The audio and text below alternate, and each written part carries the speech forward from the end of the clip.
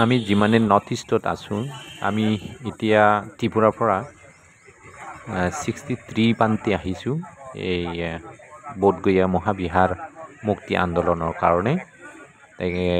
মুক্তি আন্দোলনৰ সমৰ্থন জনাবৰ কাৰণে মই চবক আমাৰ যিবিলাকে নৰ্থ ইষ্টত আছোঁ, মিজোৰাম, অৰুণাচল, ত্ৰিপুৰা, মেঘালয় আৰু মণিপুৰ, নাগালেণ্ড, যিমানেই বুদ্ধিষ্ট আছোঁৱেই আমি চবেই মানে এই আন্দোলনখন সমৰ্থন কৰিব লাগে। কিয়নো আমি আচলতে বৌদ্ধ মানুহ হ'ল যে আমি শান্তিকামী কৰা মানুহ। আমি কাজিয়াও কাৰো লগত নিবিচাৰোঁ আৰু হিংসাও কাকো নকৰোঁ। বেলেগক ধৰ্মটো আমি হিংসাও নকৰোঁ। কিন্তু এই বোধগয়া বৌদ্ধ বিহাৰখন একচুৱেলি এটা আমাৰ বৌদ্ধ জাতিৰ কাৰণে ডাঙৰ এখন পবিত্ৰ জেগা হয়। সেই জেগাখন অবৌদ্ধবিলাকে কিয় পৰিচালনা কৰিব, এই মেনেজমেণ্ট কমিটিত কিয় থাকিব? আচলতে কিন্তু সেইখন কিন্তু ঠিক নহয়।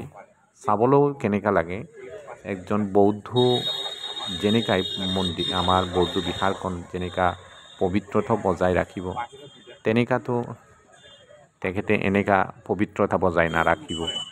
সেই ভিত্তিতে আমি এই 1949 BT এক্ট, সেই এক্টখন বাতিল হ'বৰ কাৰণে সমৰ্থন দিব লাগে এই মুক্তি আন্দোলনত চবেই। যেমন আমি অসমত যিমানে বুদ্ধিষ্ট আছোঁ, খামতি, চিম্পু, তুৰুং, ফাকিয়াল, বৰুৱা, চাকমা চবেই মিলি পিনি এই আন্দোলন আৰু জোৰদাৰ কৰি মুক্তিৰ কাৰণে দাবী কৰিব লাগে।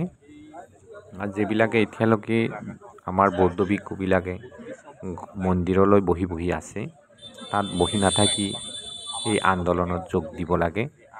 আৰু যিবিলাকে বৌদ্ধ আমাৰ উপাসক উপাসিকা আছে, তেওঁলোকেও জোৰদাৰ কৰি মানে সমৰ্থন দিব লাগে, যাতে আমাৰ বৌদ্ধ বিহাৰখন বৌদ্ধ হাততে আহে। চৰকাৰৰ তাতে আপিল কৰিব লাগে এই BT এক্ট 1949 এক্টটো বাতিল কৰি পিনি বৌদ্ধ মানুহৰ হাতত যাতে চমজাই দিয়ে। এই মেনেজমেণ্ট গোটেই বৌদ্ধ সম্প্ৰদায় যাতে কৰে। এইটো কাৰণে মই চবকে অনুৰোধ কৰিছোঁ আহিব কাৰণে।